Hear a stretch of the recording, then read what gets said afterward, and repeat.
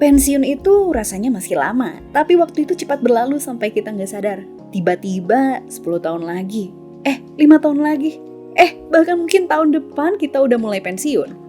Kalau waktunya semakin sempit, kira-kira bisa nggak sih pensiun bahagia? Yuk kita bahas gimana caranya biar kita bisa pensiun bahagia meskipun waktunya semakin singkat. Hai Sobat Finansialku, pernah dengar pepatah ini? Masih muda, punya tenaga, punya waktu, tapi nggak punya uang. Udah dewasa, punya tenaga, punya uang, tapi nggak punya waktu. Udah tua, punya uang, punya waktu, nggak punya tenaga. Ya, tapi sorry to say, ternyata nggak semua orang bisa masuk dalam pepatah ini. Ada banyak dari kita juga yang ketika udah tua, punya waktu, tapi nggak punya tenaga dan nggak punya uang. Akibatnya kita bisa lihat nih dari data BPS ini. Rasio ketergantungan penduduk lansia atau dependensi rasio dari tahun 2017 sampai 2021 terus meningkat. Artinya, sandwich generation semakin meningkat. Tenang aja deh Minku, kan ada dana pensiun dari kantor. Eits, sebentar dulu.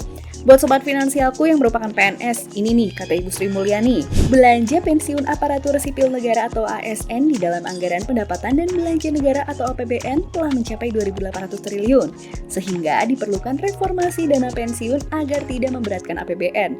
Terlebih lagi, jumlah pensiunan ASN akan semakin meningkat. Dan kedepannya mungkin akan ada perombakan yang masih nggak tahu akan jadi seperti apa nantinya. Kemudian buat kamu yang bekerja di kantor swasta, seberapa yakin sih kamu akan perusahaanmu untuk memberikan dana pensiun? Apakah uang tersebut cukup untuk pensiunanmu?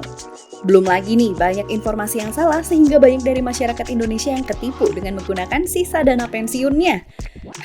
Lalu sekarang harus apa dong Minku? Oke, sekarang biar kita bisa pensiun dengan nyaman dan damai, pertama-tama yuk kita rencanain dulu dana pensiun kita. Gimana caranya? Ini dia Minku tunjukin. Yang pertama, ketahui berapa lama lagi kita mau pensiun. Ya, hal pertama yang wajib diketahui adalah kapan kita mau pensiun. Apakah tahun depan? 5 tahun lagi? Atau bahkan 10 tahun lagi? Kita perlu tahu biar kita bisa buat strategi yang tepat buat siapin dana pensiun ini. Yang kedua, hitung semua kebutuhanmu saat ini. Coba hitung secara detail apa sih yang menjadi kebutuhan hidupmu saat ini. Misalnya, makan, listrik, air, hiburan, kebutuhan kesehatan, dan lain sebagainya. Pastikan kamu catat secara mendetail ya. Yang ketiga, apa yang sudah kita siapkan untuk pensiun? Memasuki usia emas pastinya perlu persiapan. Coba cek lagi apa sih yang udah kita punya untuk masa pensiun ini. Misalnya, aku udah nyiapin usaha kebab buat penghasilan tambahan pensiun. Atau mungkin aku udah nyiapin asuransi sejak lama sehingga kalau sakit di masa tua akan dibantu cover oleh asuransi. Fungsi dari mengetahui hal ini adalah buat lihat posisi kita saat ini. Dan ini akan membantu kita dalam membuat strategi persiapan dana pensiun juga. Yang keempat, berapa yang bisa kita siapkan per bulan buat pensiun? Yuk, jangan ditunda lagi. Alokasikan segera biaya per bulanmu untuk pensiun. Cek lagi deh, mana yang perlu dikurang-kurangi dan kita tambahkan untuk dana pensiun ini.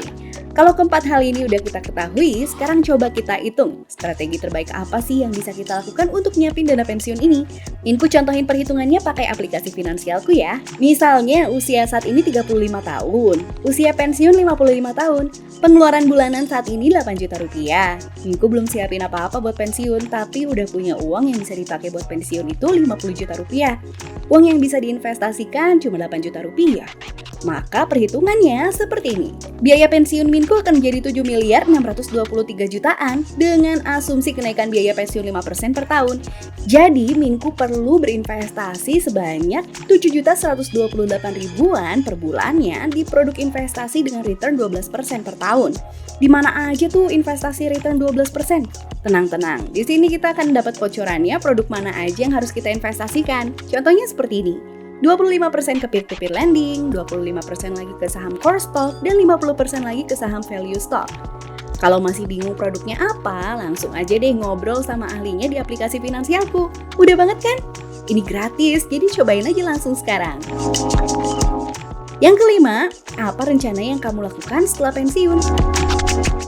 Kira-kira dana pensiun yang udah kita dapatkan nanti akan kita pakai untuk apa? Apakah dipakai untuk usaha lagi atau gimana nih?